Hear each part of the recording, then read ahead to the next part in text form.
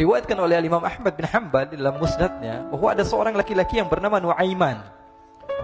Ini Nuaiman di kehidupan Rasulullah SAW ada orang yang seperti itu gitu. Orang yang sering minum minuman keras. Rasulullah SAW marah, murka. Rasulullah kalau yang berhubungan dengan Rasulullah tidak marah. Tapi kalau sudah berhubungan dengan agama, Rasulullah SAW adalah orang yang paling marah, orang yang paling istiqamah dalam kebenaran.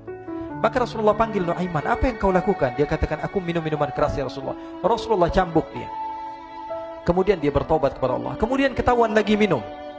Kemudian dicambuk lagi oleh Rasulullah SAW. Sehingga sebagian sahabat memukul dia dengan pukulan yang banyak.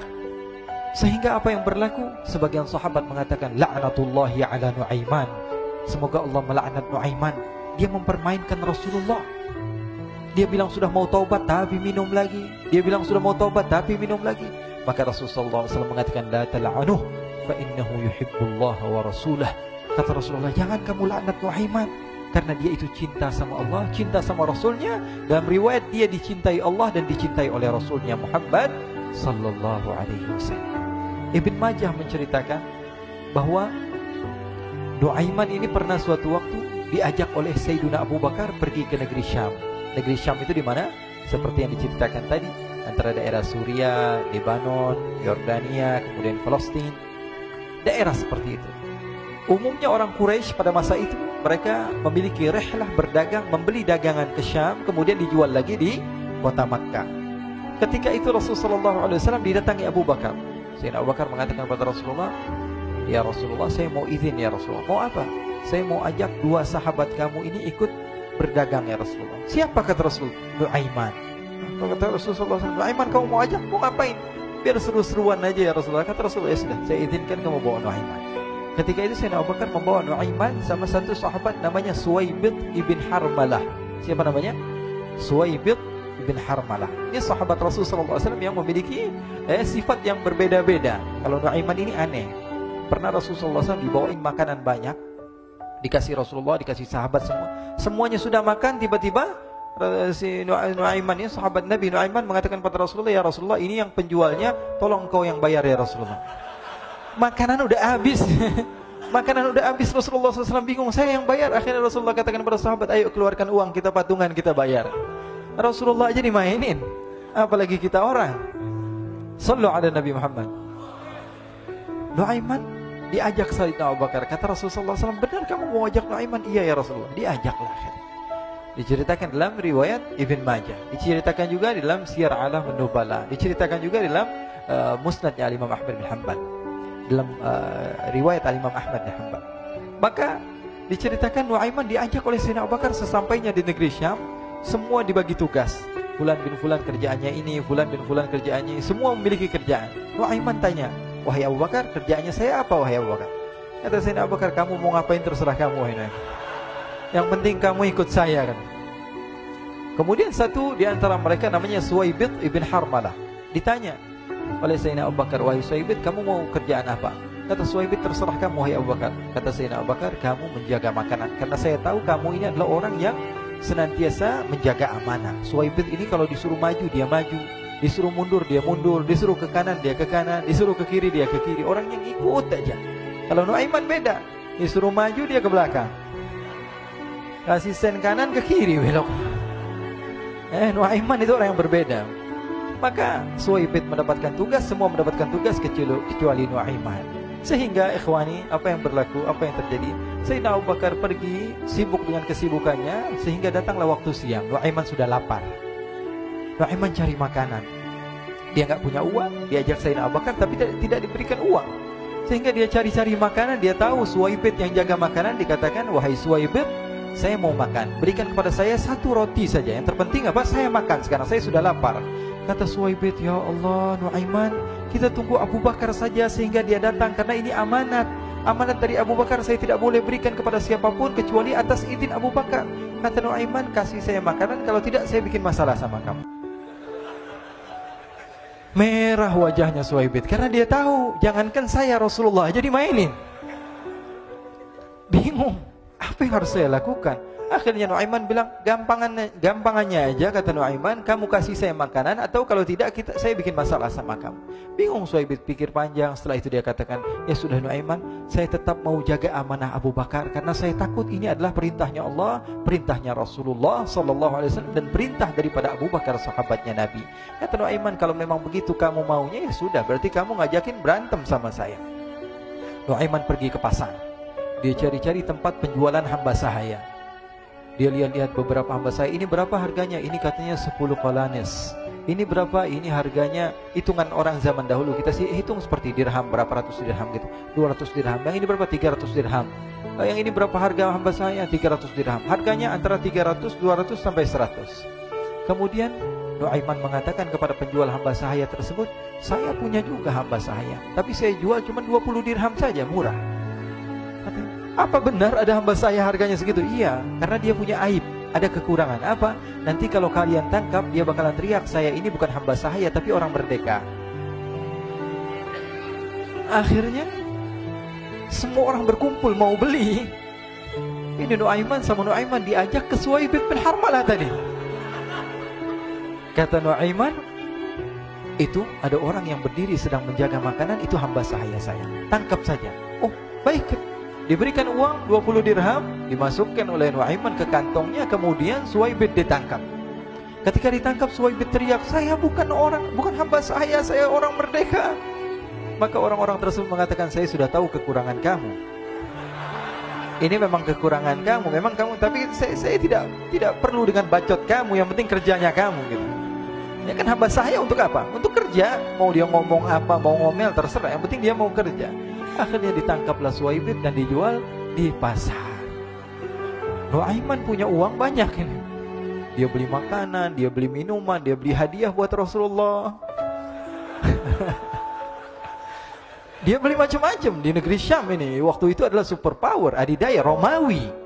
Pada masa itu semua barang mahal, tapi Nuaiman banyak uangnya. Dia belanja ini, belanja itu, sehingga Sayyidina Abu Bakar pun pulang. Ketika Sayyidina Abu Bakar pulang, Sayyidina Abu Bakar cari, mana ini Suhaib? Kita semua sudah lapar. Kata Nuaiman dengan mudahnya dia mengatakan, sudah saya jual wahai Abu Bakar. Maka Sayyidina Abu Bakar bertanya, apa yang kau lakukan wahai Nuaiman? Diceritakan oleh Nuaiman dengan jujur. Nuaiman ini orangnya apa adanya, tapi nyusahin. Saya jual. Akhirnya dibawa oleh Nuaiman, Sayyidina Abu Bakar pergi ke mana? Ke pasar. Lalu dibeli lagi oleh Sayyidina Abu Bakar As-Siddiq, Suhaib yang tadinya orang merdeka menjadi hamba sahaya sebentar, kemudian dibeli lagi oleh Sayyidina Abu Bakar. Pulang ke Madinah, kisah ini diceritakan di hadapan Rasulullah SAW. Maka perawi mengatakan, fadhahikan nabiyyu hatta badat nawajiduhu. Ketika diceritakan kisah Nuaiman tersebut dengan Suhaib, Rasulullah tertawa sejadi-jadinya, sehingga gigi geraham Rasulullah SAW nampak di wajah mata para sahabat. Sehingga perawi lain mengatakan, 1 tahun berlalu Rasulullah, setiap ada tamu yang datang kepada Rasulullah akan ceritakan kisah Nuaiman menjual Suhaib tersebut. Jadi ada ikhwani, jangan kalian kira Rasulullah SAW itu hidup di satu masa sahabat-sahabatnya itu seperti ustadz-ustadz yang khusyuk, yang kayak Habib bin Anis ini banyak. Bahkan ikhwani, mungkin di akhir karena masanya sudah habis, pernah suatu waktu Rasulullah SAW didatangi asyraf, delegasi dari beberapa negara yang ingin mengenal apa itu agama Islam.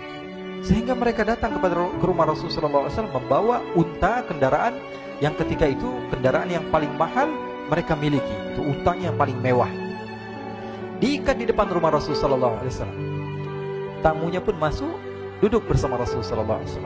Di depan rumah Rasulullah SAW ada beberapa sahabat.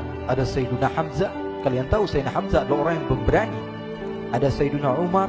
Kalian tahu Sayyidina Umar adalah orang yang pemberani. Ada Sayyiduna Ali bin Abi Thalib.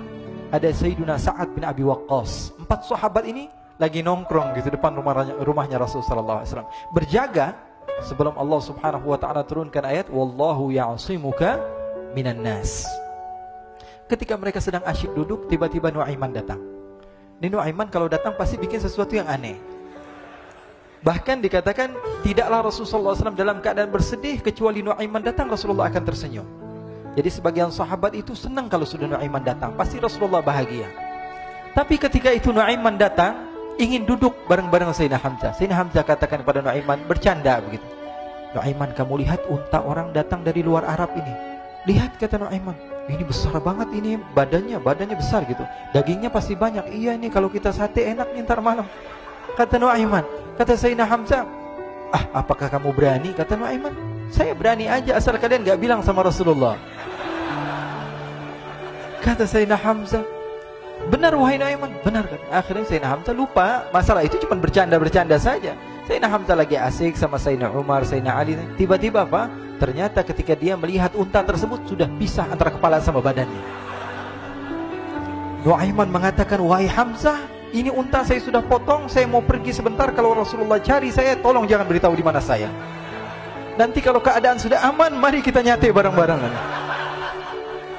Ini ada yang seperti itu di zaman Rasulullah SAW. Maka dia pun berlari dan berlari mencari satu tempat supaya Rasulullah SAW dia selamat daripada Rasulullah SAW. Sehingga Sayyidina Hamzah bingung, ini kalau Rasulullah keluar gimana? Ada Hamzah Asadullah, ada Ali bin Abi Thalib, ada Umar, gak bisa jaga kendaraannya, tamunya Rasulullah SAW. Akhirnya benar apa yang terjadi, ikhwani. Rasulullah SAW tamunya mau pulang. Ketika dia buka pintu tamu, melihat apa? Untanya sudah begitu. Mereka teriak, wa naqatah, unta kami wahai Muhammad. Baru mau kenal Islam, unta kami, kendaraan kami sudah dibuang. Rasulullah SAW lihat Sayyidina Hamzah, lihat Sayyidina Ali. Mereka gak bisa ngomong, mereka hanya bilang apa? Nuaiman ya Rasulullah. Rasulullah perintahkan Sayyidina Umar, wahai Umar, sekarang kamu ambil uang, kemudian kamu gantikan, kemudian kamu berikan 2 kali lipat daripada harta unta ini, sehingga apa? Agama Islam tidak didengar dengan sesuatu yang tidak baik di luar sana. Akhirnya diberikan harta, diberikan unta yang baru dan diberikan harta yang lebih untuk orang tersebut, sehingga orang tersebut tidak menjelek-jelekan agama Islam. Kata Rasulullah SAW, dan sekarang waktunya kita balas dendam sama Nuaiman. Nuaiman ternyata berlari tempat yang jauh sampai hampir keluar dari kota Madinah. Dia dapatkan seorang sahabat Nabi yang hadir juga dalam peperangan Badar, namanya Al-Miqdad bin Al-Aswad. Siapa namanya? Al-Miqdad bin Al-Aswad ketika itu sedang menggali sumur. Ketika sedang menggali sumur, Nuaiman datang. Nuaiman katakan kepada Miqdad, wahai Miqdad, wahai sahabat Rasul, kamu orang yang hadir dalam peperangan Badar, kamu adalah orang yang hebat. Dipuji-puji sama Nuaiman. Ada maunya ini. Akhirnya dia bilang, wahai Miqdad, tolong saya. Kenapa wahai Nuaiman, kamu ini kekasihnya Rasulullah, orang yang disayang sama Rasulullah. Kenapa? Saya ini sedang dikejar-kejar orang jahat. Tolong selamatkan saya. Saya pengen masuk ke dalam sumur, boleh atau tidak? Kata Miqdad, siapa yang mengejar kamu? Pokoknya saya dikejar sama orang-orang. Kamu mau atau tidak selamatkan saya? Ya sudah, selagi kamu itu adalah sahabat Nabi, silahkan kamu masuk. Masuk akhirnya Nuaiman ke dalam sumur tersebut. Lalu Nuaiman mengatakan, wahai Miqdad, dia keluar lagi. Nanti kalau ada yang cari saya, tolong jangan beritahu saya di dalam sumur ya. Kata Miqdad, baiklah. Kata Nuaiman, siapapun yang bertanya tentang saya, kamu tidak akan kasih tahu. Iya, kata. Walaupun Rasulullah yang tanya saya. Katanya, enggak mungkin Rasulullah datang ke tempat sejauh ini. Iya, walaupun Rasulullah. Akhirnya masuk Nuaiman. Setelah beberapa menit, Rasulullah dan rombongan benar datang. Miqdad bingung ini. Ini kenapa Rasulullah datang ke RW kami ini? Ada apa ini Rasulullah sampai sejauh ini? Ditanya, ya Rasulullah, ada apa ya Rasulullah? Kata Rasulullah, saya cari Nuaiman. Di mana Nuaiman? Innalillah, kata Miqdad. Enggak dijawab ini Rasulullah. Kalau dijawab saya ingkar janji. Akhirnya apa dia katakan? Wahai Rasulullah, mata saya tidak memandang kepada Nuaiman, tapi tangannya nunjuk ke dalam sumur. Sahabat. Apa dia bilang? Mata saya tidak melihat kepada Nuaiman, tapi tangannya nunjuk ke sumur. Akhirnya dibuka sama Rasulullah, Nuaiman muncul. Kata Rasulullah, Nuaiman, kamu bikin malu saya, wahai Nuaiman. Ya Rasulullah, yang bersalah bukan saya, tapi orang yang mencari saya bersama kamu, ya Rasulullah. Akhirnya Rasulullah nengok, siapa? Ternyata Nuaiman sudah lari kabur. Sallu ala Nabi Muhammad. Kisah-kisah seperti ini sebenarnya banyak sekali, ya. Ini menunjukkan kepada kita bahwa kehidupan Rasulullah itu begitu indah. Rasulullah SAW, kalau kamu mau menjadi orang yang baik, contoh Rasulullah. Mau menjadi bapak yang baik, contoh Rasulullah. Mau menjadi pemimpin peperangan yang baik, Rasulullah. Mau menjadi murid yang terbaik, contoh Rasulullah. Bagaimana akhlak Rasulullah. Mau menjadi suami yang baik, contoh Rasulullah. Dalam segala hal, apapun itu Rasulullah SAW adalah makhluk yang paling terbaik.